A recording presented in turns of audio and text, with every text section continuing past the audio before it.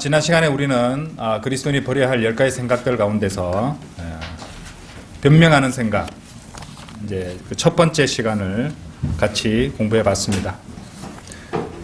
근데 이제 어떤 분이 댓글을 남겨가지고 사람의 생각은 취할 것이 없으므로 하나님의 말씀만 집중하면 된다, 이런 말씀을 하시던데 딱히 보니까 별로 논쟁의 가치가 없는 것 같아서 답변을 안 했습니다. 왜냐하면은 이제 잘 모르시는 것이 하나님께서는 우리에게 자유의지를 주셨잖아요. 그죠? 이런저런 생각이 우리 머릿속에 들어옵니다.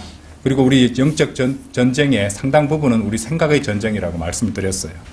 어떤 생각을 잡을 것이고 어떤 생각을 버릴 것인가는 우리 자유의지, 우리 자유선택입니다. 그러므로 하나님의 말씀에 의해서 우리가 바른 생각을 잡고 그릇된 생각을 버리고, 이것들은 우리가 수행해야 되는 개개인의 싸움이 되는 것이죠. 그런 것들을 생각해 주시기 바랍니다. 그렇기 때문에 지금 우리가 그리스도인이 버려야 할 10가지 생각들이라는 주제로 공부를 하고 있는 것입니다. 우리가 버려야 할 생각들이 얼마나 많은지요. 그렇죠? 우리가 버려야 할 생각들이 얼마나 많은지요. 10가지로 다 이렇게 커버할 수도 없는 것입니다, 사실은. 자, 오늘 변명하는 생각 두 번째 시간이고요. 오늘 공부의 소제목은 조금 생소할지도 모르지만 제가 이름을 붙여봤습니다. 경건한 변명을 버리라. 경건한 변명을 버리자. 본문 말씀은요, 에스겔서 14장 3절입니다.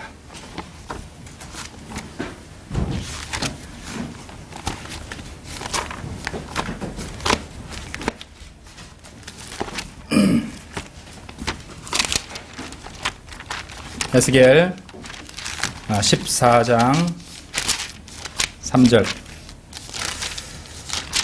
제가 받들어 읽겠습니다.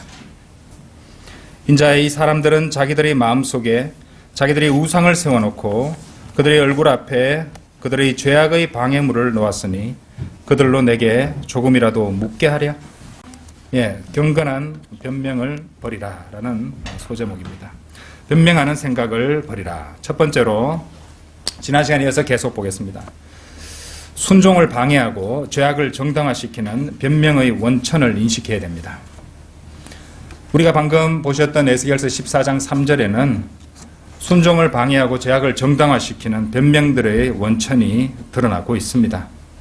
인자야 이 사람들은 자기들의 마음속에 자기들의 우상을 세워놓고 그들의 얼굴 앞에 그들의 죄악의 방해물을 놓았으니 그들로 내게 조금이라도 묻게 하랴. 그러므로 변명은 마음속 우상과 죄악의 방해물을 덮어 가리는 일종의 위장막이라고 할 수 있을 것입니다. 그러므로 우리에게서 우리의 헌신과 또 영적 성장을 방해하는 그런 변명을 제거해야 되는데, 그러기 위해서는 우선적으로 우리 마음속에 세워져 있는 우상부터 제거해야 됩니다. 곧 우리 마음속 깊이 은밀하게 파고든 탐심과 욕심을 버려야 된다는 것이죠. 탐심은 우상 숭배라고 골로새서 3장 5절에서 말씀하시고요. 욕심은 성령을 거슬러 말씀에 순종하지 못하게 만드는 순종의 방해물임을 갈라디아서 5장 17절을 통해서 배웠습니다. 우리가 모퉁이돌아도 제가 글을 썼습니다마는 창세기 35장 4절에서 야곱이 모든 이방신들과 모든 기고리들을 그 보시면 상수리 나무 아래에다 감추었다는 그런 말씀이 나옵니다. 우리 주 예수 그리스도께서 달려 죽으신 십자가가 상수리 나무가 맞다면 그것은 십자가의 상징이죠. 우리도 예수 그리스도께서 달려 죽으신 그런 상수리 나무 십자가 아래 우리 모든 우상들을 묻어버려야 되는 것이죠. 곧 시시각각으로 일어나려는 그런 육신적 본성과 탐심을 십자가에 지속적으로 못 박아야 한다는 말입니다. 창세기 35장 한번 좀 열어보시죠. 우리가 한번 눈여겨봐야 되는 단어가 하나 있습니다. 창세기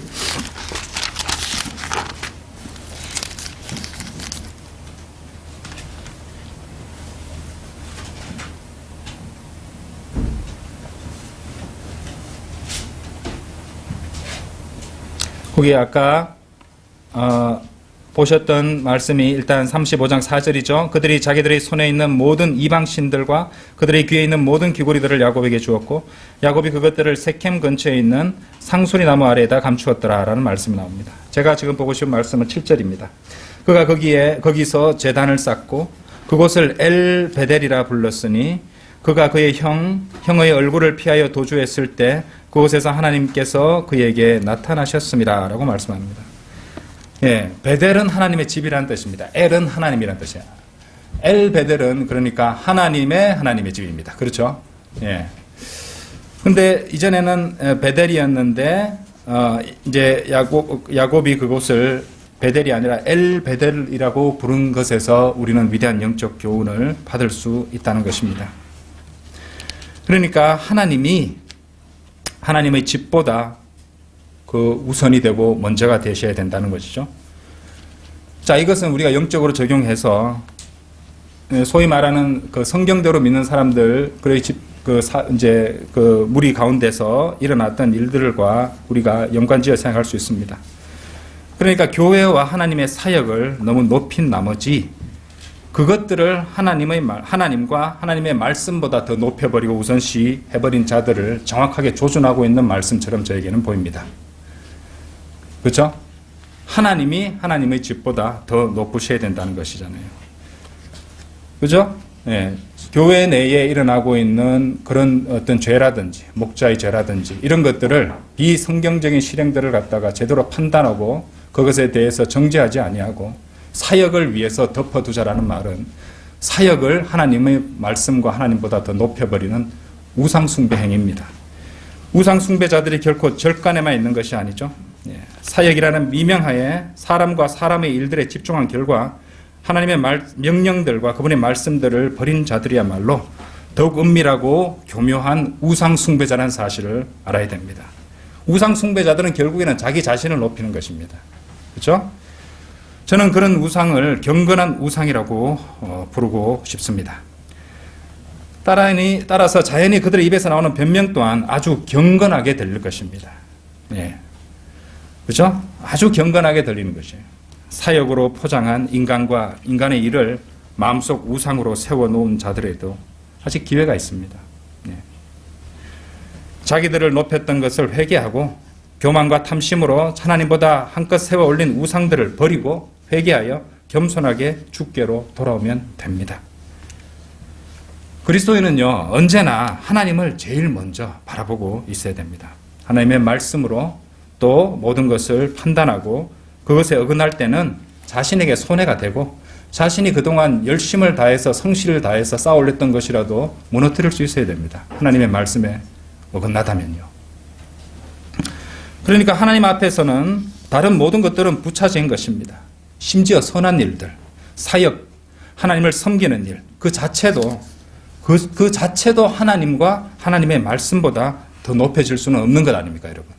그렇죠? 그것이 우상이 되어서는 안 된다는 것입니다.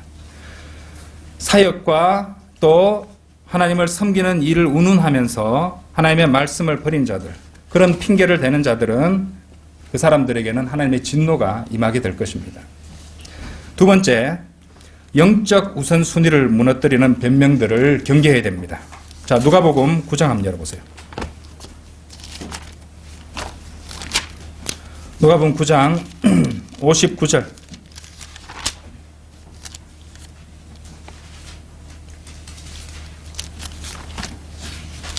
(59절에서) 62절까지 읽어보겠습니다.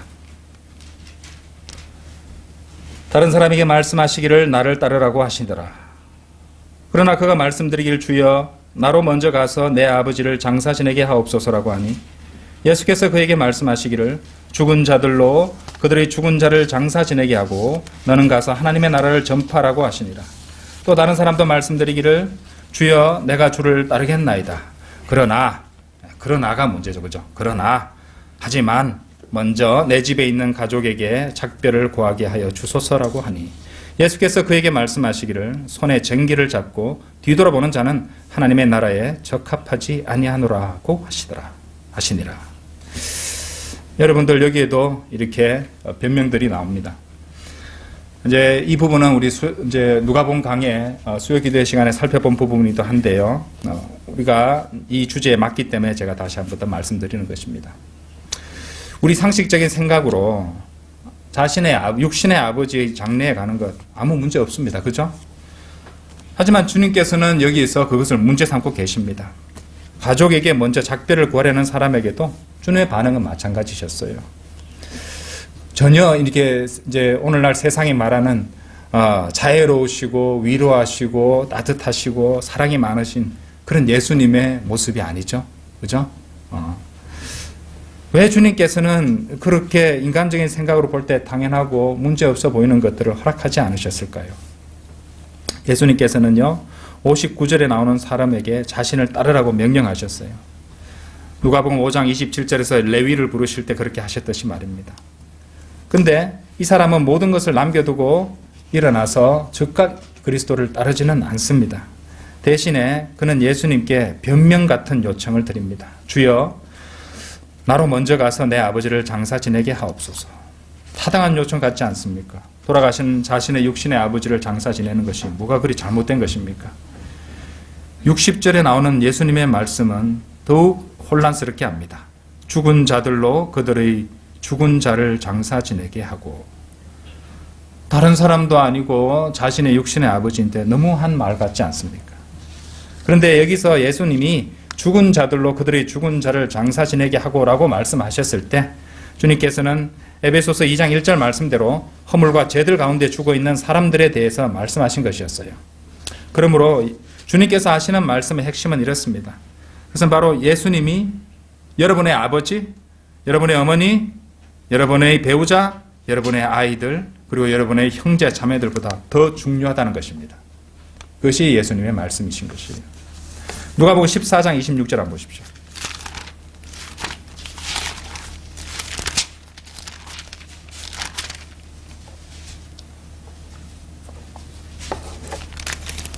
누구든지 자기 아버지나 어머니나 아내나 자식이나 형제나 자매나 정녕 자기 목숨까지도 미워하지 않은 채 내게로 오면 그는 나의 제자가 될 수 없느니라.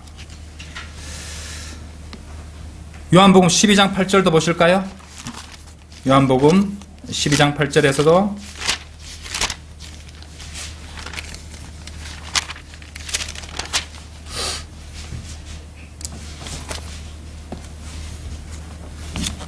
가난한 사람들은 항상 너희와 함께 있으나 나는 너희와 항상 함께 있지는 아니하느니라고 하시더라.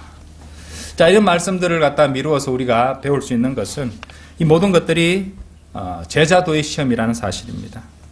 그리고 우리는 수요 기도의 시간에 이 제자도에 대해서도 열심히 공부를 한 바 있는데 모범 정답은 어떤 것입니까?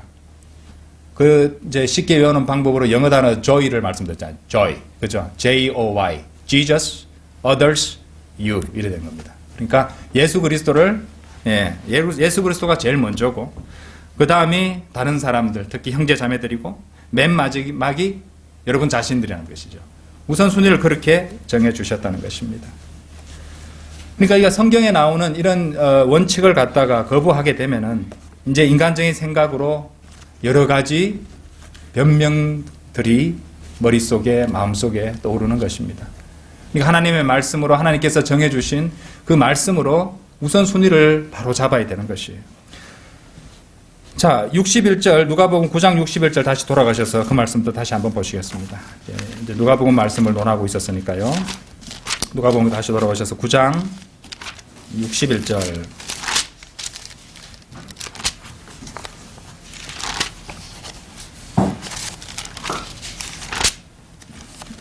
또 다른 사람도 말씀드리기를 주여 내가 주를 따르겠나이다. 그러나 먼저 내 집에 있는 가족들에게 작별을 구하게 하여 주소서라고 하니.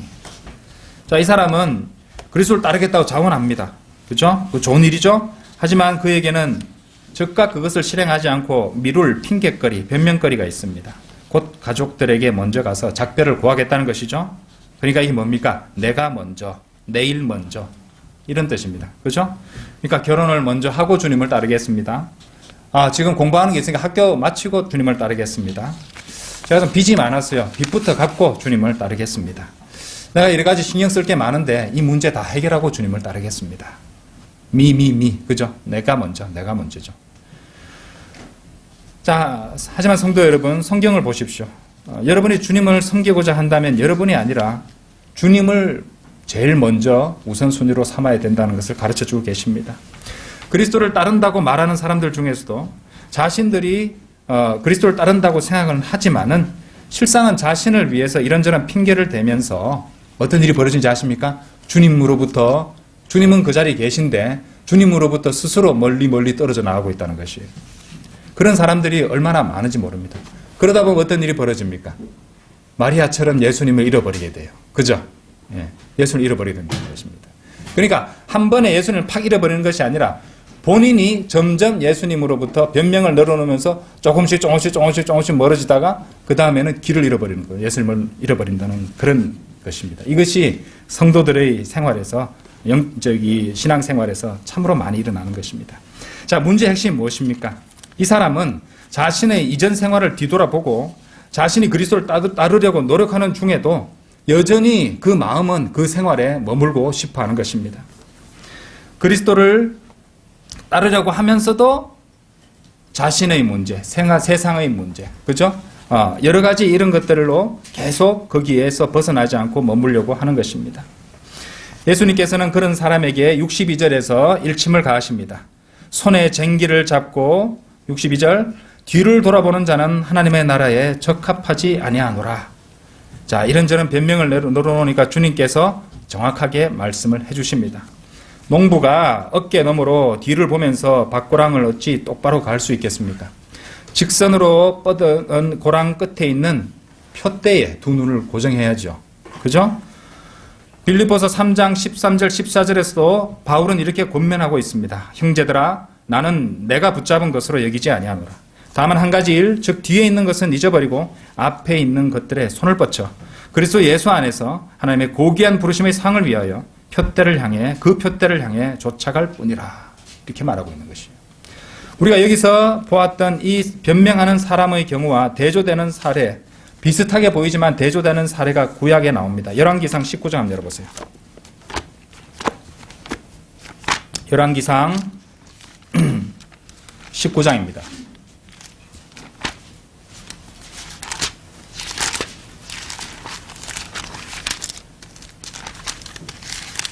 (19장) 19절 19절부터 21절입니다. 그리하여 그가 거기서 떠나 사파스의 아들 엘리사를 만났으니 그가 자기 앞에 12결의의 수소들을 앞세워 밭을 가는데 그는 12번째 결의와 함께 있는지라. 엘리야가 그를 지나치며 자기의 외투를 그의 위에 던지니 그가 수소들을 버려두고 달려가 엘리야를 따라가며 말하기를 내가 청하오니 나로 내 아버지와 내 어머니에게 입 맞추게 하소서. 그런 후에 내가 당신을 따르리이다. 하므로 엘리야가 그에게 말하기를 다시 돌아가라. 내가 네게 무엇을 하였느냐 하더라. 그가 엘리야로부터 돌아가 한 결의의 수소들을 취하여 그것들을 잡고 수소의 기구로 그 고기를 끓여 사람들에게 주니 그들이 먹더라. 그리고 나서 그가 일어나 엘리야를 따라가서 그를 섬기더라. 아버지와 어머니에게 인사하러 가는 내용은 안 나옵니다. 그렇죠? 이 대목은 엘리사를 사역으로 부르시는 대목이죠. 엘리사를 사역으로 부르시는 대목이에요. 엘리사가 들에서 이제 12결의 소를 가지고 밭을 갈고 있는데 엘리야가 그 곁을 지나가다가 그의 외투를 그의 위에 던져 하나님께서 엘리사를 선택하셔서 엘리야의 후계자로 삼으셨다는 것을 이제 보여줍니다. 그러자 엘리사는 엘리야에게 누가복음 9장 우리가 보셨던 61절에서 보셨던 그런 똑같은 것을 요청하시죠. 그러니까 제자들을 따르기 전에 엘리사가 이제 요청한 내용을 보시면은 그러니까 제자들을 따르기 전에 자기 가족에게 먼저 돌아가서 작별을 구할 것을 이제 엘리사가 엘리야에게 구하고 있는 것입니다. 그러니까 엘리야의 대답은 기본적으로 가서 네가 하고 싶은 거 뭐든지 해라. 나는 너한테 어떠한 요구도 하지 않는다. 알아서 해. 이렇게 말씀하신 거예요. 자유의지를 줬습니다. 그죠?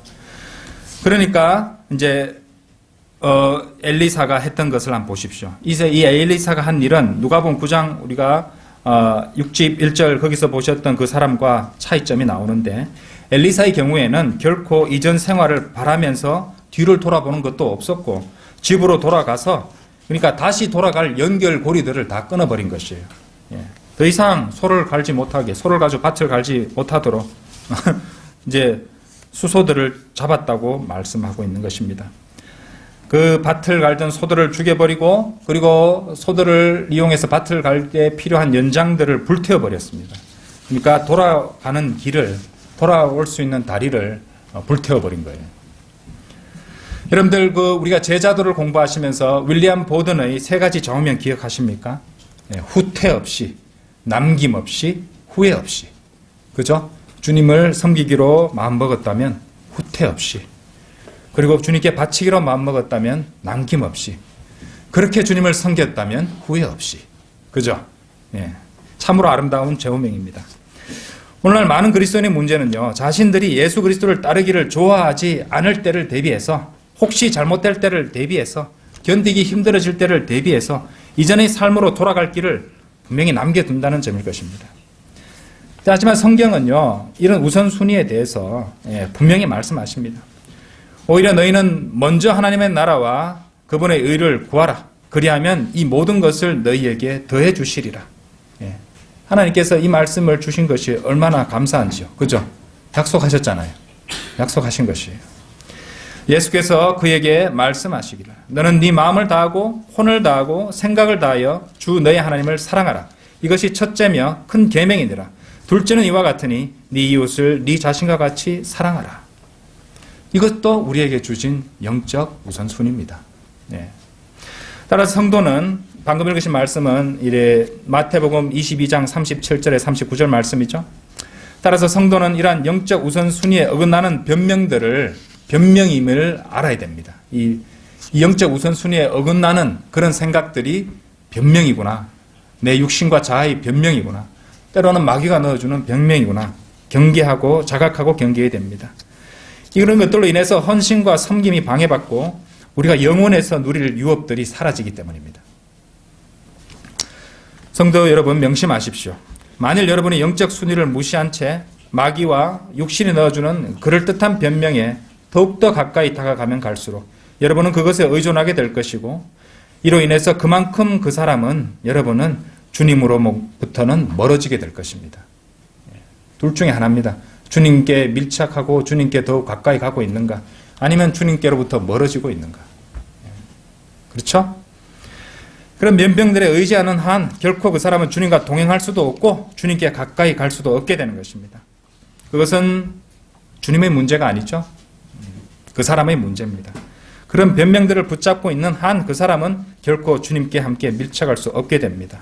그런 변명들이 그 사람의 영적 성장을 막고 있는 것이에요. 자, 마지막 세 번째로 훨씬 더 교묘한 마귀의 술책인 경건한 변명을 간파하라. 경건한 핑계, 경건한 변명을 간파하라. 다음으로 우리가 알아야 될 것은 좀 더 교묘한, 그렇죠? 좀 더 교묘한 마귀의 술책으로 떠오르는 변명의 생각이 되겠습니다. 그리고 이것이 가장 치명적인 변명일 수 있는 것은 가장 경건해 보이는 변명이기 때문입니다. 우리는 그런 예를요, 예수님께서 사탄으로부터 받으셨던 세 가지 시험에서 발견하게 됩니다. 우리 잘 알고 계시죠? 세 가지는 돌을 빵으로 만들라는 시험, 세상의 모든 나라들을 보여주며 사탄에게 경배할 것을 제안하는 시험, 그리고 성전 꼭대기에서 뛰어내려 보라는 그런 세 가지 시험이었습니다. 이것은 또한 이브에게 제시된 시험인 육신의 정욕, 안목의 정욕, 생의 자랑, 요한일서 2장 16절에 나오죠? 이것과 일치하는 것이기도 합니다. 하지만 우리는 그 시험들을 또한 예언적 관점에서 볼 수 있습니다. 실로 돌을 빵으로 만들어 보라는 이 사탄의 시험의 경우에는요, 기적적으로 음식을 만들어내는 일이었는데, 실제로 예수님께서는 초림 당시에 보리빵 5덩어리, 작은 물고기 2마리로 5,000명을 먹이신 그 기적을 행하셨어요. 초림 때. 그런데 이와 같은 일이요, 대환란 때, 장차 대환란 때도 같이 일어나게 될 것입니다. 제 시간 관계상 일일이 다 볼 수는 없는데요, 미카서와 요한계시록에 의하면 대환란 때 적그리스도와 그의 형상에 경배하지 않은 유대인의 남은 자들에게 일어날 일이 바로 그렇습니다. 한번 들어보십시오. 미카서 7장 14절 15절에서 주의 백성을 주의 지팡이로 먹이소서, 칼멜의 한가운데 산림 속에서 외로이 거하는 주의 유업의 양떼를 먹이소서, 이집트 땅에서 네가 나오던 날들과 같이 내가 그에게 놀라운 일들을 보여주리라. 요한계시록 12장 한 열어서 설명을 해드리겠습니다. 요한계시록 12장 빨리 한번 열어보십시오.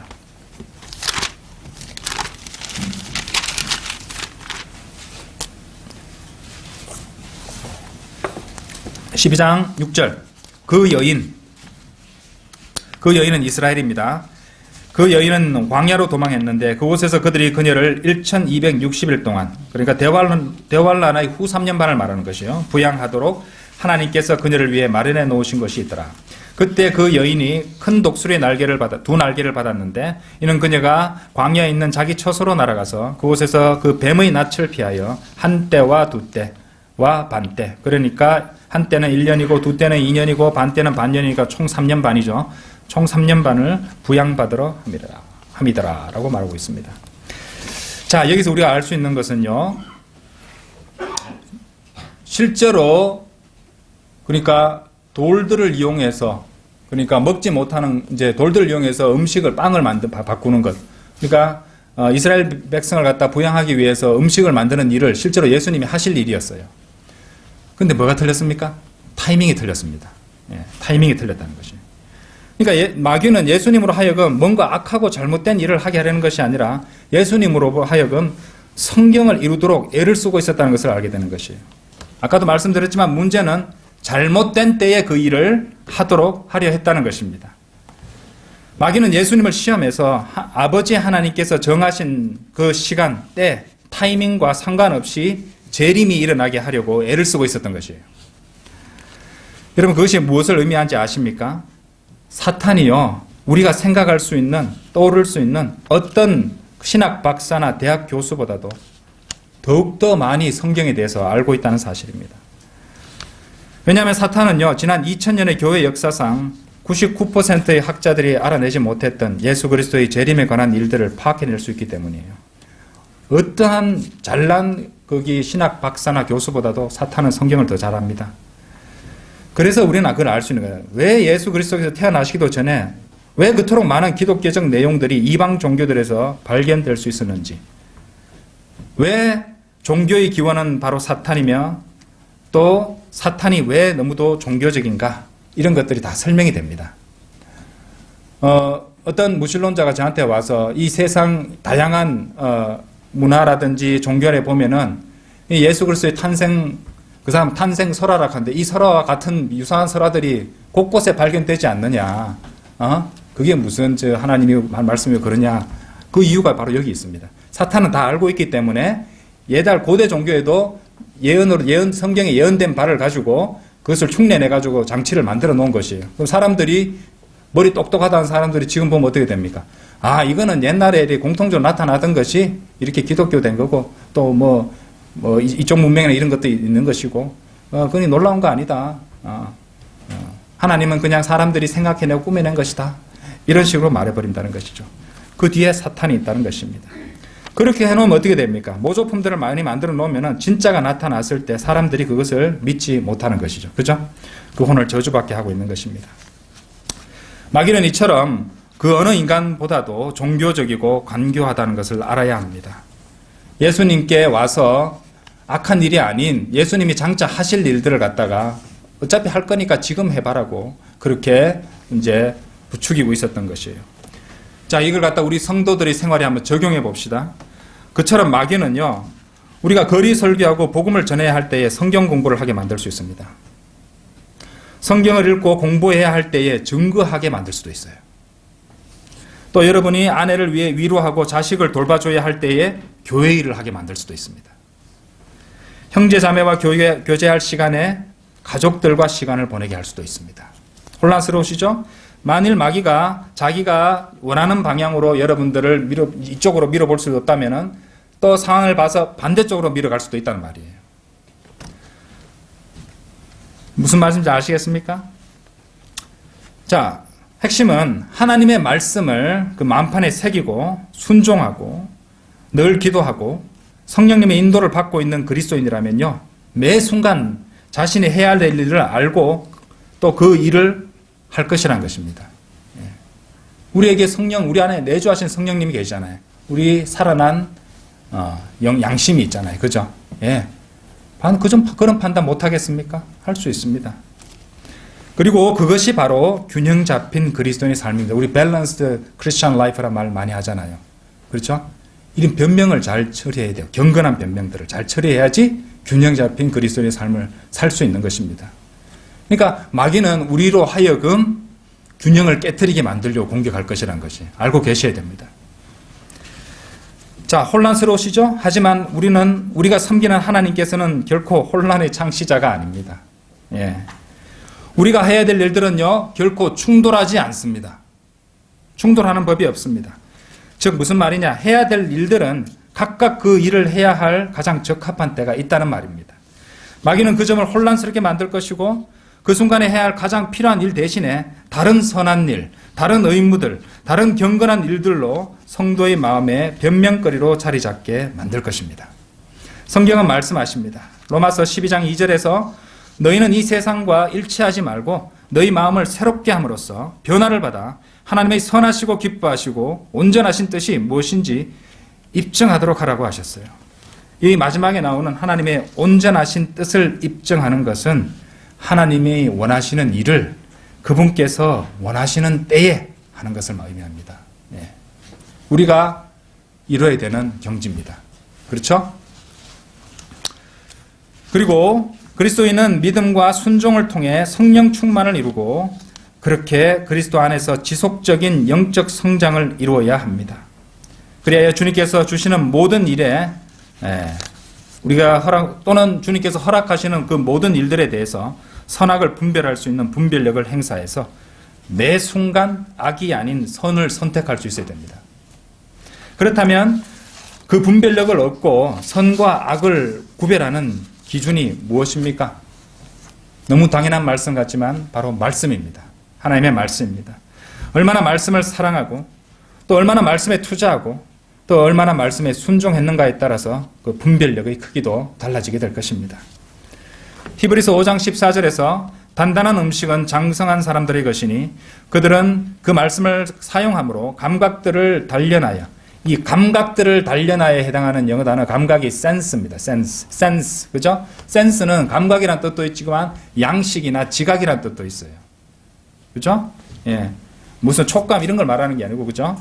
예. 감각이란 뜻도 있으나 양식과 지각이란 뜻이 있다 이 말입니다. 이런 것들을 단련하여 선악을 분별하는 사람들이 훈련이 필요합니다. 그죠? 네. 성도 여러분, 말씀과 기도를 통해 성장하지 않는 한 교묘하고 은밀한 마귀의 경건한 변명들을 결코 감지해낼 수 없습니다. 그 사실을 아셔야 됩니다. 말씀을 읽고 기도를 하고 또 그 말씀을 공부하는 데 시간을 많이 투자한다 할지라도요, 그 지식이 많이 쌓인다 할지라도 그 마음에 죄악의 방해물이 있다면요, 네, 얼마든지 마귀에게 미혹될 수 있다는 것을 아셔야 됩니다. 우리는 그런 사람들 많이 봤잖아요, 그죠? 그 사람들이 지식이 부족해서 그렇게 배교했습니까? 지식이 부족해서 배교했어요? 아닙니다. 그 마음에 죄악의 방해물들을 쌓아 올리고 있었기 때문이에요. 자신을 하나님보다 더 쌓아 올리고 있었단 말입니다. 변명의 근원인 죄악의 방해물을 버리고 주 안에서 장성한 사람에 이르도록 온 힘을 다해 진리의 말씀을 나누어 공부하여 하나님께 인정받는 일꾼이 되어야 합니다. 그리하면 주님께서 기뻐하시는 일을 하고 주님께서 미워하시는 일을 미워하며 주님의 뜻 안에서 모든 실행들을 바로잡을 수 있을 것입니다. 그리스도인은 다시 말씀드리지만 주님께서 사랑하시는 것을 사랑하고 주님께서 정오하시는 것을 정오하고 주님께서 싫어하시는 것을 싫어해야 됩니다. 이래도 좋고 저래도 좋은 건 아니죠.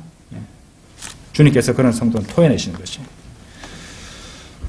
마귀의 교묘한 속임수에 결코 속지 마십시오. 주님께서 원하시는 것을 주님께서 명령하신 방식으로 주님께서 기뻐하시는 정확한 때에 하는 성도가 되어야 합니다. 결론적으로 주님께서 자신을 시험하는 마귀를 어떻게 이기셨습니까? 기억하시죠? 주님께서는 그 세 가지 시험 다 말씀으로 이기셨습니다. 생각해 보십시오. 마귀가 왜 성경을 변개시키고 세대주의를 배격하고 다른 진리의 지식을 가리고 막으려고 애를 쓰겠습니까?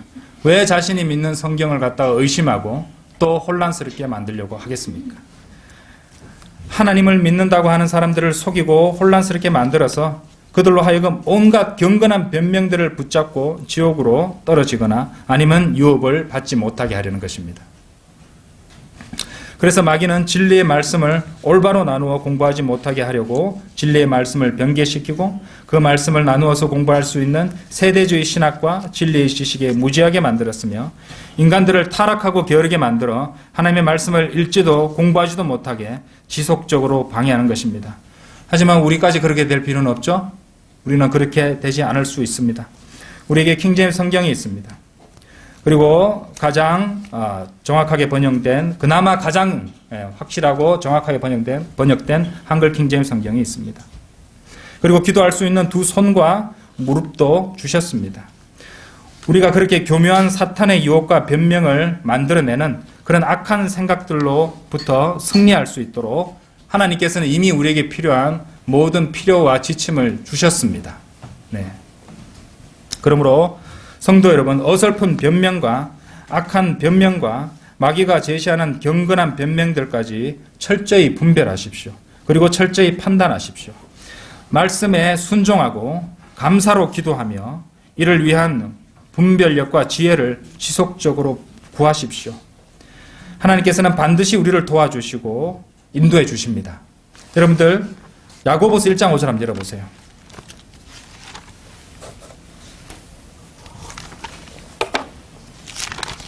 야고보서 1장 5절. 너희 중에 누가 지혜가 부족하면 모든 사람에게 아낌없이 주시고 꾸짖지 아니하시는 하나님께 구하라. 그러면 그분께서 주실 것이라. 많은 그리스도인이 주님께 지혜를 구하지 않습니다. 네, 알아서 할게요. 요즘 애들, 요즘 청소년들 부모에게 제일 잘하는 말 중에 하나가 내가 알아서 한다고. 내 알아서 할게. 뭘 알아서 해요? 뭘 알아서. 알아서 해가 다 망치잖아요. 그죠? 주님, 저는 너무 무지하고 아무것도 모릅니다. 혼란스럽기까지 합니다. 지혜를 주십시오. 아낌없이 주신다고 약속하셨잖아요. 그죠? 주님께 구하는 자체가 그분을 자신의 마음속에 가장 높은 왕으로서 높여드리는 것 아닙니까? 그죠? 주님께 물어보지 않고 구하지 않는다는 자체가 자기 자신이 왕이 되어 있다는 증거잖아요. 말씀에 순종하고 선을 행함에 있어 하지만이라고 하지 마십시오. 하지만이란 말은 그리스도인에게 어울리지 않습니다. 저도 하지만 많이 합니다. 그런데 많은 경우 하지만은요, 마귀의 전략이고 마귀의 수단인 경우가 많다는 것을 명심하십시오. 그런 말은 성도의 생각을 혼란스럽게 만들고 상황을 더욱 복잡하게 만들 뿐입니다. 그런 말들과 변명하는 생각들이 쌓이다 보면은 그 사람은 무기력해지고 절망하게 되며 그것들로 인해 마음은 더 많은 변명거리들을 생각해내는 악순환으로 이어지게 되는 것입니다. 사랑하는 성도 여러분, 그 모든 것들을 우리 마음으로부터 치워버려야 됩니다. 그리고 치워버릴 수 있습니다. 하나님께서 우리에게 주신 말씀으로써 능히 그 모든 변명하는 생각들을, 경건한 변명들을, 또 마음속 우상들을, 죄악의 방해물들을 제거할 수 있습니다. 여러분의 손에 든 그 말씀으로 말입니다. 다 같이 기도드리겠습니다.